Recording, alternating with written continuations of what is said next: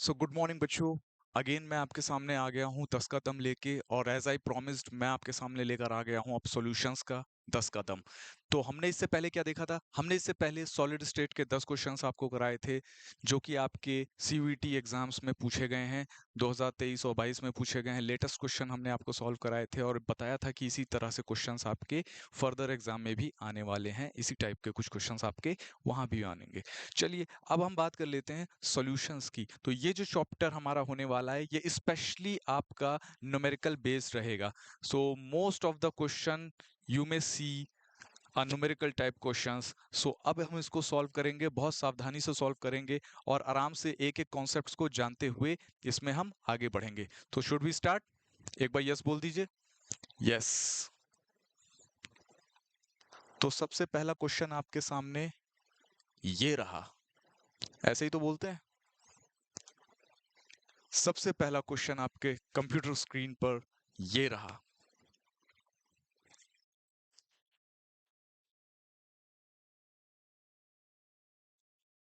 So the question says an aqueous solution of 2% non-volatile solute exerts a pressure of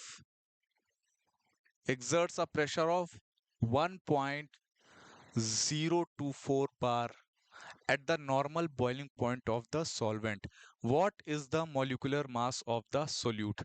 तो आपसे molecular mass पूछा है solute का आपसे molecular mass पूछा है, और आपको दिया है, उसने क्या दिया है?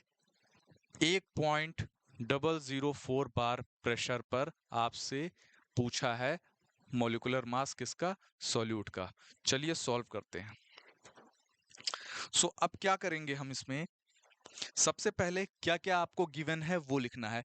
क्वेश्चंस आपके गलत नहीं होंगे अगर आप ये देख लेंगे कि क्या क्या आपको गिवन है। ज्यादा आपको नॉलेज नहीं इम्प्लीकेट करनी है, पहले सबसे पहले आपको देखना है कि आपको गिवन क्या क्या है। तो चलिए लिख लेते हैं क्या क्या गिवन है आपको। सबसे पहली चीज जो गिवन है वो है मास ऑफ सोल्यूट। चलिए सबसे पहली चीज जो है वो है mass of solute. Mass of solute किससे रिप्रेजेंट करेंगे हम यहाँ? W2 से। क्या दिया है ये आपको? 2 ग्राम। ठीक है, ये आपका दिया है 2 ग्राम। तो अगर हम 100 ग्राम का मानते हैं तो 2% कितना हो जाएगा? 2 ग्राम। चलिए दूसरा जो आपको है mass of solution. Mass of solution हमने क्या माना है? 100 ग्राम, तभी तो हमने 2 ग्राम लिखा है। 2% of 100 gram is what? 2%, isn't it? Okay, let's move on. तो अगर 100 ग्राम सॉल्यूशन है और 2 ग्राम इसका सॉल्यूट है, तो सॉल्वेंट का मास बता दो जल्दी। Mass of solvent comes out to be what? 100 minus 2, and that comes out to be 98 ग्राम। बच्चे 98 ग्राम जो है वो मास ऑफ सॉल्वेंट है। ठीक है, अब आगे इसमें बढ़ते हैं। आपको एक और चीज गिवन है, 1.004 बार प्रेशर आपको गिवन है, यानी ये क्या है आपका? Vapour pressure. वेपर प्रेशर दिया है आपको किसका? प्योर वाटर का। तो प्योर वाटर का वेपर प्रेशर आपको दिया है 1.01, सॉरी ये है आपका 1.004 बार प्रेशर। इसको क्या कहते हैं हम? 1 एटीएम। इसको हम 1 एटीएम भी कहते हैं, 1 एटीएम प्रेशर। ठीक है, जो आपका नियर अबाउट वैल्यू है वो 1.013 आता है, 013। ठीक है, इसको हम 1.013 बार भी लिख सकते हैं, which is almost equal, so we can consider it. So again 1 ATM pressure पे आपसे पूछा है। ठीक है, अब याद करिए एक फॉर्मूला हमने पढ़ा था, याद करिए ध्यान से। हमने वेपर प्रेशर के लिए कौन सा फॉर्मूला पढ़ा था? Raoult's law. क्या पढ़ा था? Raoult's law. तो राउल्ट्स लॉ अब यहाँ पे हम अप्लाई करेंगे, यानी कि P not minus P divided by P not equals to x2 mole fraction, जो कि और W2 multiply by M1 divided by M2 multiply by W1। ठीक है। सो अब हम देखते हैं क्या क्या वैल्यूज हमारे पास हैं। सो पी नॉट हमारे पास है, कितना है 1.013।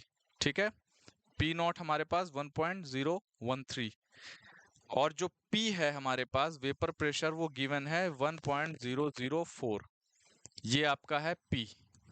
ठीक है, P 1.004 और 1.013 अगेन P नॉट, ये आपका इक्वल है, दो दिया है आपको, क्या दिया है weight of solute, W2 is the weight of solute. ठीक है, M is the what, M is the molar mass of किसका, सॉल्वेंट का, M2 molar mass of solute, W1 weight of solvent. चलिए 2 इंटू 18, ठीक है, मोलर मास ऑफ सोल्यूट आपका 18 हो गया प्योर वाटर। ठीक है, और M2 हमें निकालना है, क्या पूछा है आपसे, मोलर मास या मोलिकुलर मास ऑफ सोल्यूट, तो हमें M2 निकालना है। ठीक है, और ये हो गया 98। मास ऑफ सॉल्वेंट हमने क्या निकाला है 98, ये है आपका M2 सॉरी M1। ठीक है, या फिर इसको आप W में ही रखिए, क्वेश्चन में आपके W पूछा है तो इसको W में ही रखिए। ठीक है, क्वेश्चन में W हमने यूज किया है तो W रखते हैं। ठीक है, W2 W1। ठीक है, ये है आपका W1।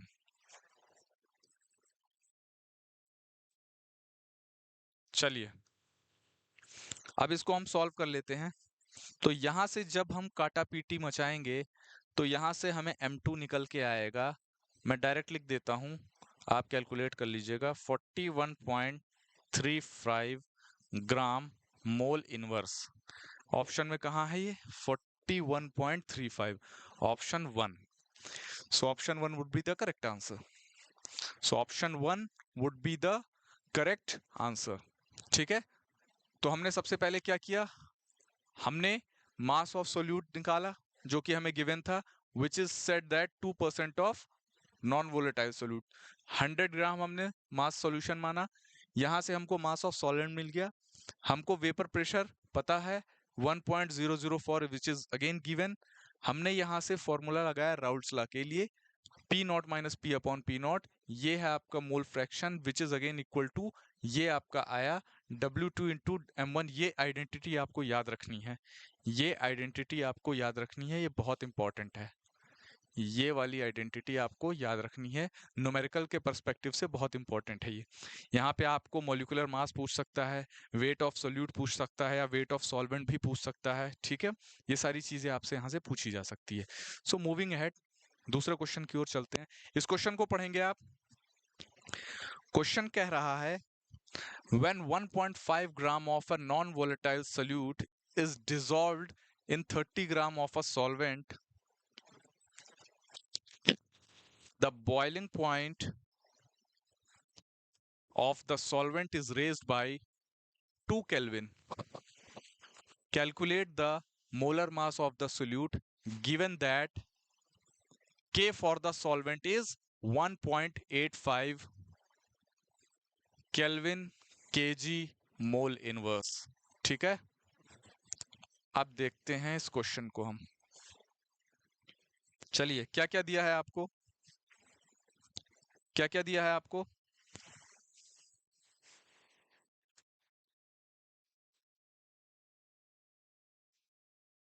पहले देख लेते हैं। Given that K for the solvent is 1.85, तो आपको K दिया है, इसको हम KB भी कहते हैं।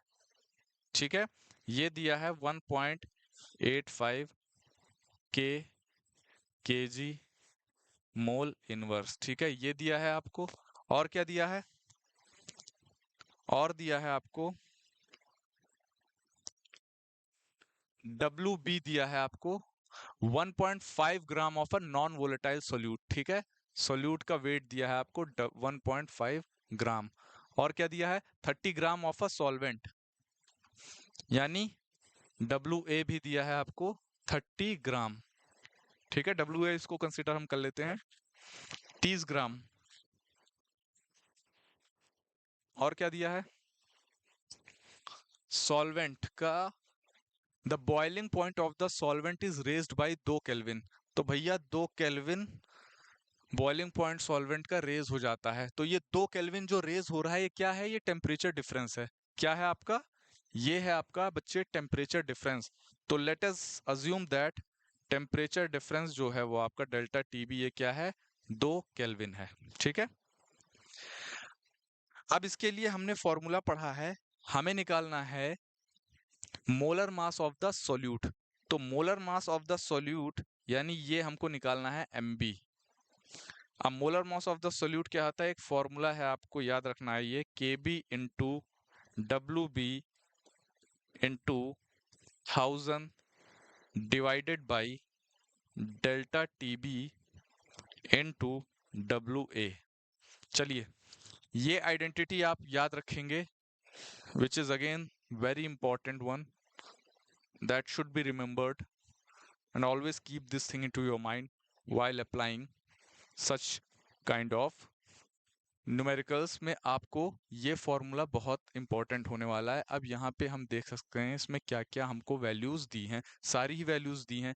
KB हमको पता है 1.85, WB हमको पता है 1.5, 1000 का 1000, डेल्टा TB पता है 2 और WA क्या है 30।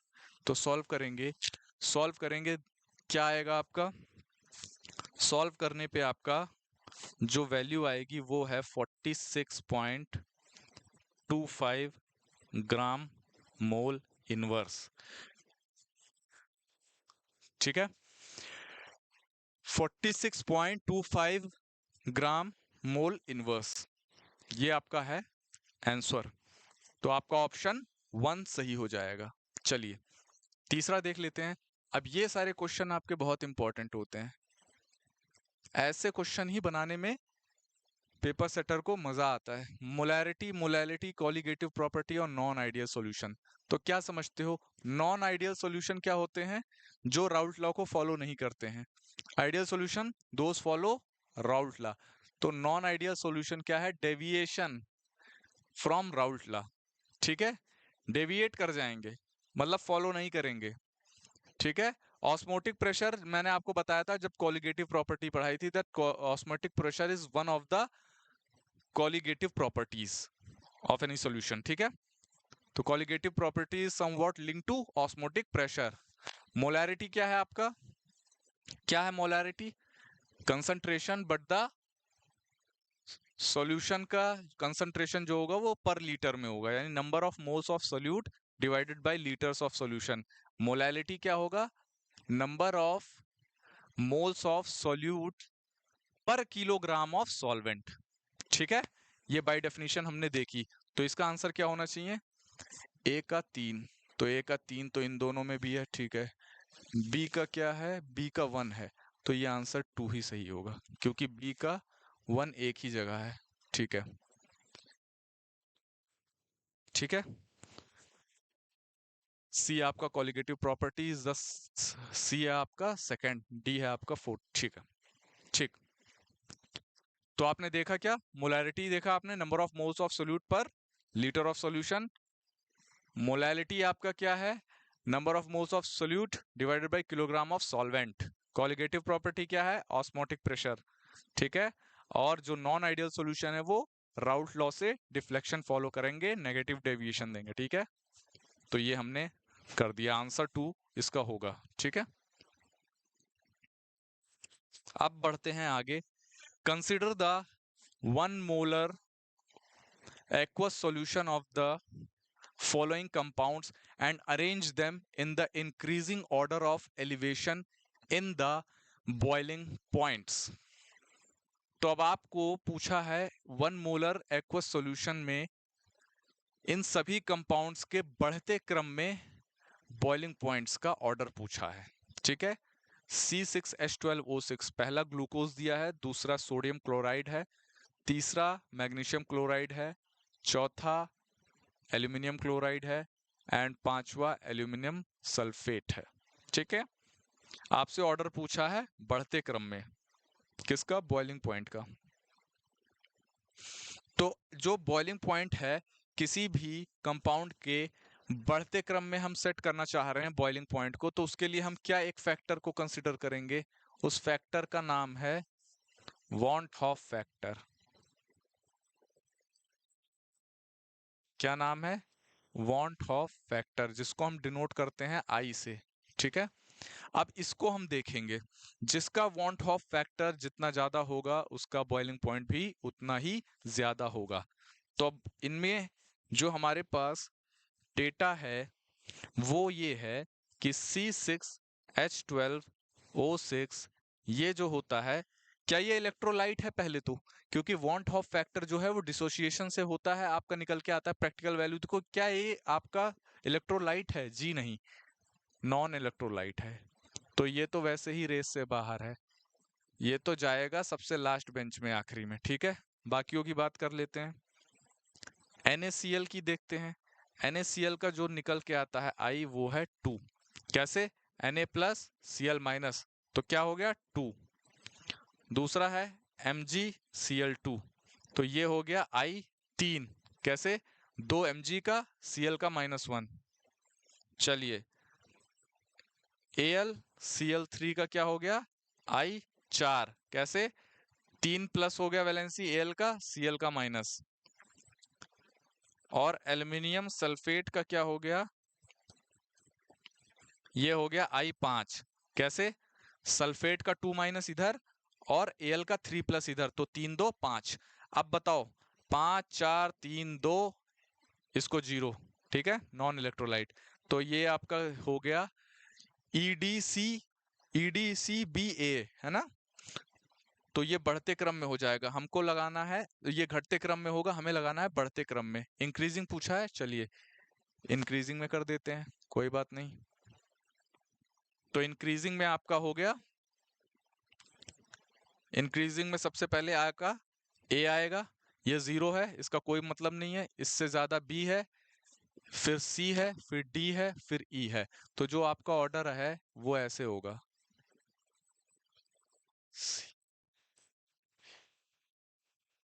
ये ऑर्डर है आपका।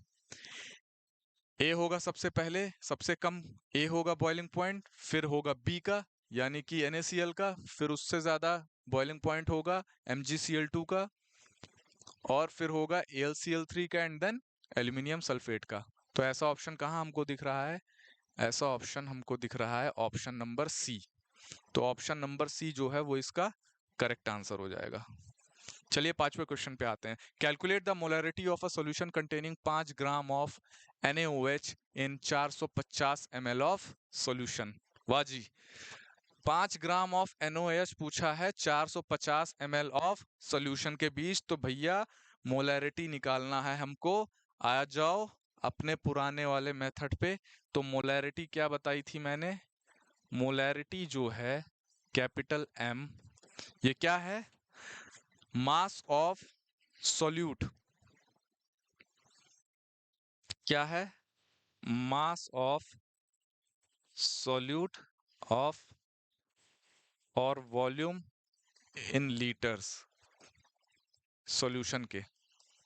ठीक है, ये बाय डेफिनेशन हमारे पास है। ठीक है, अब हमको वॉल्यूम क्या दिया है पहले तो ये देख लेते हैं। वॉल्यूम दिया है 450 ml ऑफ सॉल्यूशन। ठीक है, तो ये 450 मिलीलीटर है, तो मिलीलीटर को पहले तो लीटर में कन्वर्ट कर लेंगे, वरना डेफिनेशन में फिट नहीं बैठेगा। वॉल्यूम इन लीटर मांगा है, तो 0 से 0 उड़ गया, ये आ गया 0.45 लीटर। अब सही है, तो वॉल्यूम हमको मिल गया। मॉलिक्यूलर मास हमको क्या है? मॉलिक्यूलर मास NaOH का निकालो। NaOH का मॉलिक्यूलर मास कितना होगा बताओ? 23 8 2 16 1, तो ये हो गया 40 ग्राम हो गया NaCl का। ठीक है जी, 40 ग्राम हो गया। अब मोलैरिटी क्या हो जाएगी, इधर से आओ, तो मोलैरिटी हो गई मास ऑफ सोल्यूट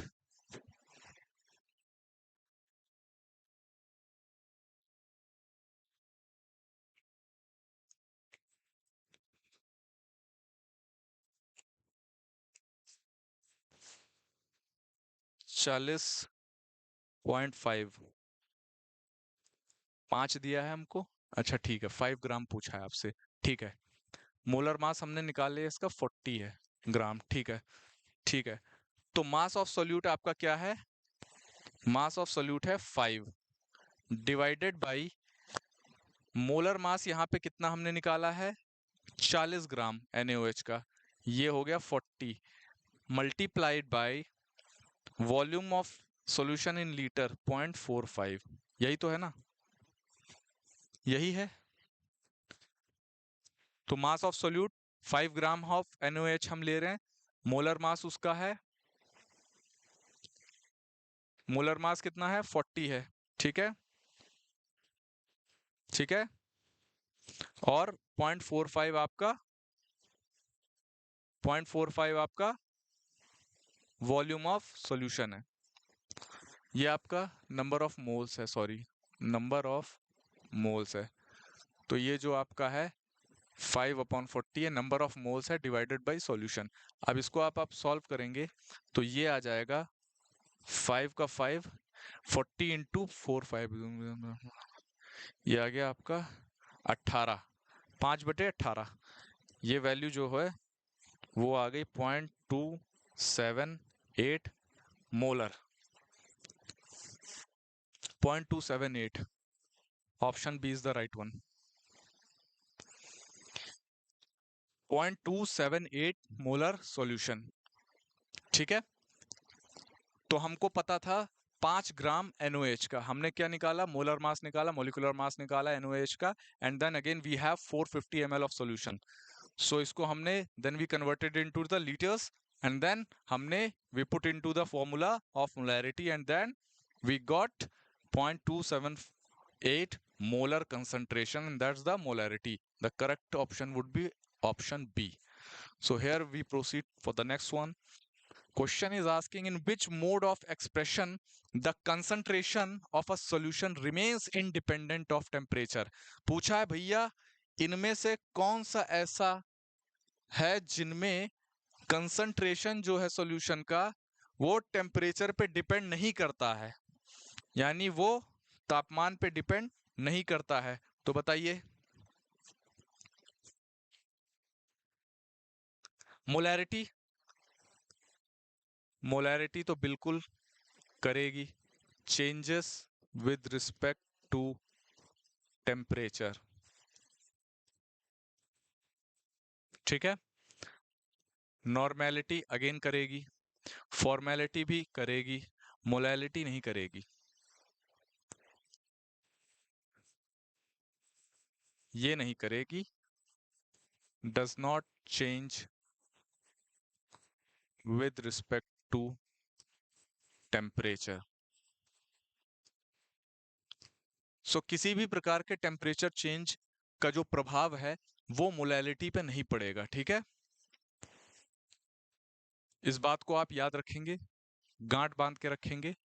तो बाकियों का चेंज टेम्परेचर करने पे चेंज होगा, but molality does not change with increase in temperature. ठीक है, चलिए आगे बढ़ते हैं। 7वां क्वेश्चन पूछ रहा है value of Henry constant KH। आपसे KH पूछा है, वैल्यू ऑफ हेनरी कांस्टेंट। अब ये बता रहा है कि इंक्रीज करेगा डिक्रीज करेगा टेम्परेचर के साथ, या कांस्टेंट ही रहेगा, या पहले बढ़ेगा फिर घटेगा। चलिए बताइए, राउल्ट लॉ में हमने पढ़ा था हेनरी कांस्टेंट का भी कॉन्सेप्ट, बताइए।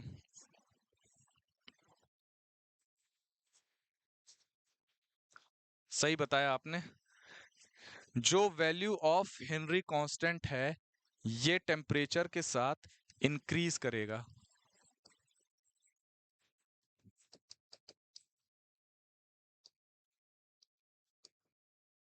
सो टेम्परेचर के बढ़ने के साथ जो हेनरी कांस्टेंट है वो इंक्रीज करेगा। तो यहाँ पे ऑप्शन है increases with increase in temperature. ठीक है, इसी के साथ आपको 5 नंबर मिल गए। ठीक है, with in just fraction of second you can gain +5, और if you don't read the question carefully you can also gain -1। So question paper में भी राइट टू इक्वालिटी का कॉन्सेप्ट लगता है। अगर आपने क्वेश्चन को पूरा नहीं पढ़ा या जल्दीबाजी में आपने क्वेश्चन को स्किप कर दिया, इन एनी वे आपको उसका खामियाजा भुगतना पड़ सकता है। सो वो चीज आप अवॉइड करेंगे। Let's move on to the next question. Osmotic pressure of a solution. आपको ऑस्मोटिक प्रेशर दिया है मेरे भाई, यानी पाई दिया है आपको। ठीक है, is 0.0821 atm at a temperature of 300 Kelvin. The concentration in moles per liter. तो कंसंट्रेशन पूछा है। याद करो, एक फॉर्मूला आपको मैंने बताया था, ऑस्मोटिक प्रेशर जो होता है पाई, ये होता है सीआरटी के। टेम्परेचर टी है आपका in kelvin, R is gas constant, C is concentration जो कि हमें निकालना है, पाई ऑस्मोटिक प्रेशर जो कि हमें गिवन है। तो pi 0.0821 equals to concentration which needs to be find, and we know the value of, और गैस कांस्टेंट की वैल्यू क्या है? Gas constant is 0.821। ठीक है, और आपका टेम्परेचर कितना दिया है? 300 केल्विन। 300 केल्विन। तो कंसंट्रेशन जो है वो आ जाएगा 0.0821 divided by 0.821 multiply by 300 which comes out to be, तो अगर इधर 10 से मल्टीप्लाई कर दें और इधर 10 से डिवाइड कर दें, इसको 10 से मल्टीप्लाई कर दें, इससे 10 से डिवाइड कर दिए, तो ये 300 का एक जीरो हट जाएगा। अब ये वैल्यू पूरी की पूरी इससे कट जाएगी। ठीक है, कैंसिल आउट हो जाएगी। हाँ जी, हो जाएगी। अब ये आपके पास आ गया 1/30, ये आ गया 0.33, ऐसा ही है 0.033। एक सेकंड,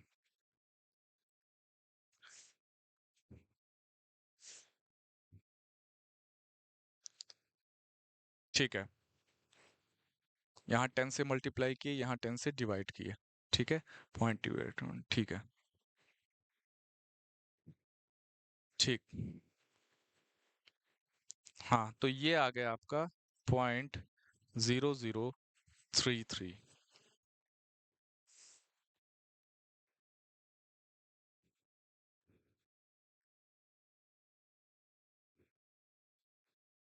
इसको और क्या लिख सकते हैं? 0.3 इंटू 10⁻⁻²।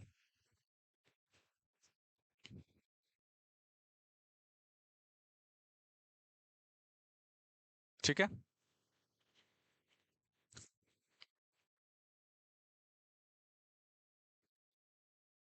एक बार इसको देख लेंगी, एक बार इसको देख लीजिए।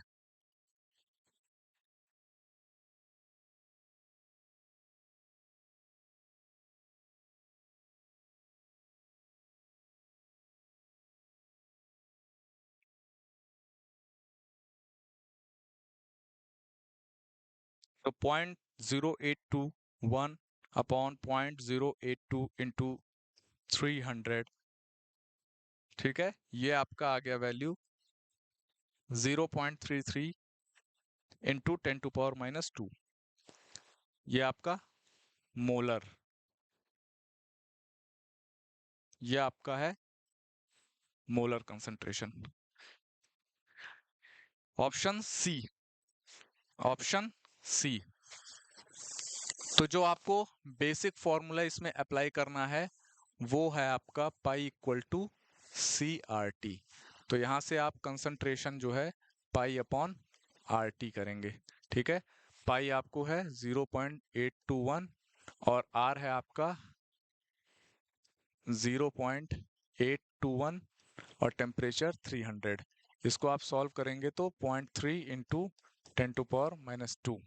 मोलर, ये आपका आंसर।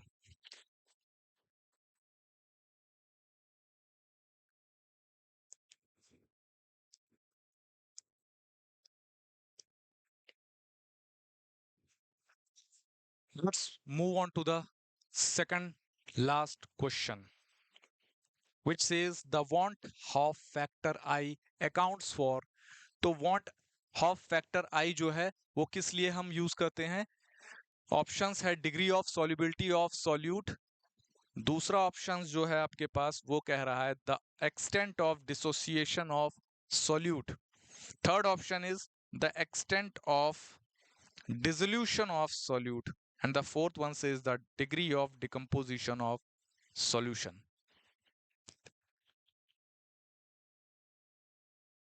तो जो आई फैक्टर है, मैंने आपको अभी इससे पहले भी बताया था, आई जो है वो कहाँ से हम निकाल रहे थे, जैसे NaCl का है तो ये आयनिक सॉलिड है, तो ये डिसोसिएट करेगा जब एक्वस मीडियम में, तभी तो इसके आयंस अलग अलग सेपरेट होंगे। तो यहां से हमने क्या निकाला, Na+1 एंड Cl-A, यानी कि ये हो गया इसका 2, I बराबर 2। तो उस हिसाब से हमने क्या पता पाया कि ये जब डिसोसिएट करेगा तभी तो हम I की वैल्यू निकाल रहे हैं, तो डिसोसिएशन होगा यहाँ पे, यानी कि option B would be the correct answer, the extent of dissociation of solute. ठीक है, सोल्यूट का टूटने से हमको I मिलता है, and which accounts for the ions, है ना। वांट ऑफ फैक्टर आयन से रिलेटेड है, तो वो तब होगा जब डिसोसिएशन होगा सोल्यूट का। ठीक है, चलिए अब बढ़ते हैं अपने लास्ट क्वेश्चन की ओर। क्वेश्चन पूछा है mole fraction of glycerine in a solution containing 36 gram of water and 46 gram of glycerine is। Mole fraction पूछा है आपसे, तो मोल फ्रैक्शन हमने पढ़ा था, मोल फ्रैक्शन हमने पढ़ा था बच्चे, क्या पढ़े थे? मोल फ्रैक्शन ग्लिसरीन का निकालना है, तो number of moles of glycerine divided by number of moles of glycerine plus number of moles of water, ये फॉर्मूला है आपका मोल फ्रैक्शन का। अब number of moles of glycerine क्या होगा, कितना दिया है, मास ऑफ ग्लिसरीन 46 ग्राम, 46 ग्राम 46 ग्राम, इसका मोलर मास कितना होगा ग्लिसरीन का, ये होगा आपका 92। ठीक है, 92।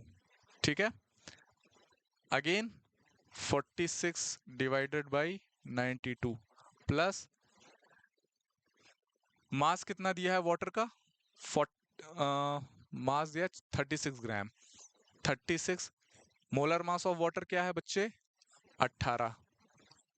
सॉल्व करिए इसको, बताइए सॉल्व करके क्या आ रहा है।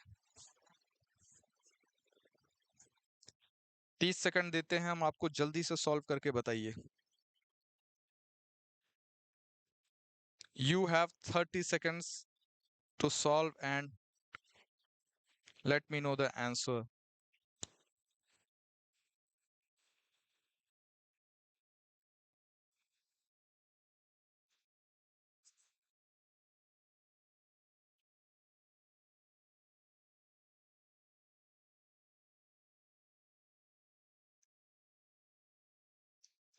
तो ये 46 डिवाइड बाय 92 0.5, ठीक है, लगभग 0.5, 0.5 यहाँ भी प्लस 2 आ गया, ये आ गया 0.5 डिवाइडेड बाई 2.5, ठीक है, ये आ गया 1/5, ये आ गया 0.2। अप्रोक्सीमेशन की टेक्निक हमेशा काम करती है, इस बात को याद रखिएगा आप। कभी भी ज्यादा पॉइंट्स के क्वेश्चन हो, आप ये देखिएगा न्यूमरेटर और डिनोमिनेटर क्या कंपैरेटिव हैं। अगर कंपैरेटिव हैं और 2 टाइम्स में वो कैंसिल आउट हो रहे हैं, तो आप उन्हें 2 टाइम्स में कैंसिल आउट करके आप ऑप्शन से देख सकते हैं। ऑप्शन में अगर बहुत क्लोज ऑप्शंस नहीं दिए हैं, तो आप आराम से अप्रोक्सीमेशन टेक्निक लगा के भी सवाल को जल्दी सॉल्व कर सकते हैं। ठीक है, तो ये थे 10 क्वेश्चन जो हमने सॉल्यूशंस के आपको कराए, और इसी के साथ आप इसकी और भी प्रैक्टिस करेंगे, इसके और भी न्यूमेरिकल्स हम आगे लाएँगे। इसके लिए हम टेस्ट सीरीज़ अभी आपके लिए डालने वाले हैं, अपलोड करने वाले हैं पोर्टल पे। आप जाएँ और टेस्ट सीरीज़ भी सॉल्व करें। हमने वहाँ पे बहुत एक्सटेंसिवली इस न्यूमेरिकल्स को सॉल्व किए हैं, लेकिन ये जो फ़िलहाल 10 क्वेश्चन मैंने आपको बताए हैं, ये एग्ज़ामिनेशन के पर्सपेक्टिव से बहुत ही ज़्यादा इम्पोर्टेंट है और बेसिक सवाल ही आपसे पूछे जाने हैं। इस बात का विशेष ध्यान रखिएगा और हर वक़्त इस बात को आपका ख़्याल रहना चाहिए, क्वेश्चन्स आपसे बहुत टिपिकल नहीं पूछेगा, कॉन्सेप्ट से जुड़े पूछेगा which is very much relevant to your syllabus, very much relevant to your curriculum. उससे ऊपर इस सीयूईटी में फ़िलहाल आपसे क्वेश्चन नहीं पूछेगा and you can score full out of full marks. तो चलिए इसी के साथ मुझे दीजिए इजाज़त और फिर से मिलेंगे आपके साथ 10 कदम नेक्स्ट के इलेक्ट्रोकेमिस्ट्री के साथ और केमिकल काइनेटिक्स के साथ।